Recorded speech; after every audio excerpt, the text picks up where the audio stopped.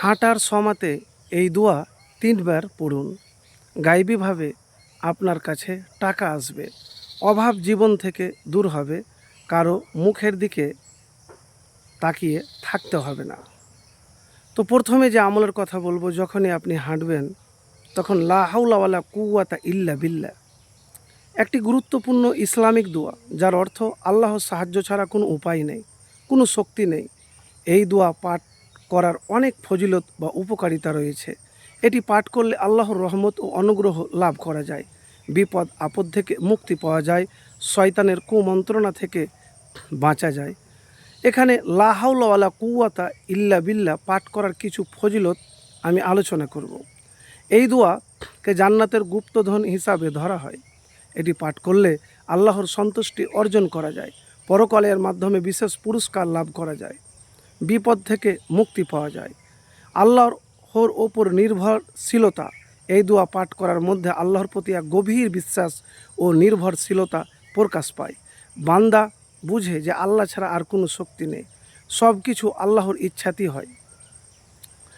তো প্রিয় ভাই, আমি এতটুকুন আপনাকে বলবো, আপনি যখন হাঁটবেন কিনা, চলাফেরা করবেন, দিনে লা হাওলা ওয়ালা কুওয়াতা ইল্লা বিল্লাহ বেশি করে পাঠ করবেন। অর্থ আপনারা শুনলেন যে সাহায্য যদি আল্লাহর কাছে আপনি চান, আর আল্লাহর সাহায্য ছাড়া দুনিয়াতে কারো সাহায্য নেই, আর কোনো শক্তিও নাই, এই বিশ্বাস, গভীর বিশ্বাস যদি থাকে, তাহলে ইনশাআল্লাহ আপনার রিজিকের অভাব, বিপদে আছেন, সব কিছু জীবন থেকে দূর হয়ে যাবে। এবারে আমি একটি দুয়ার কথা বলবো, যে হাঁটার সময়তে যখন আপনার অভাব, কুল কিনারা পাচ্ছেন না, খুব হতাশায় আছেন, কি করবেন ভেবে উঠতে পারছেন না, তো আমি আপনাদেরকে এমন একটি দোয়ার কথা বলবো, যে দোয়া ঈসা আলাইহিস সালাম পাঠ করেছিলেন। আল্লাহুম্মা রব্বানা আনজিল আলাইনা মাইদাতাম মিনাস সামাই তাকুনু লানা ঈদাল লিআউয়ালিনা ওয়া আখিরিনা ওয়া আয়াতাম মিনকা ওয়ারযুকনা ওয়া আনতা খায়রুর রাযিকিন। অর্থ হলো, হে আল্লাহ, আমাদের পালনকর্তা, আমাদের প্রতি আকাশ থেকে খাদ্য ভর্তি খাঞ্চা অবতরণ করুন, তা আমাদের জন্যে, অর্থাৎ আমাদের প্রথম ও পরবর্তী সবার জন্যে আনন্দ উৎসব হবে, এবং আপনার পক্ষ থেকে একটি নিদর্শন হবে। আপনি আমাদের রিজিক দিন, আপনি শ্রেষ্ঠ রিজিকদাতা। তো এই দোয়াটি আপনি নিয়মিত 3 বার পাঠ করবেন।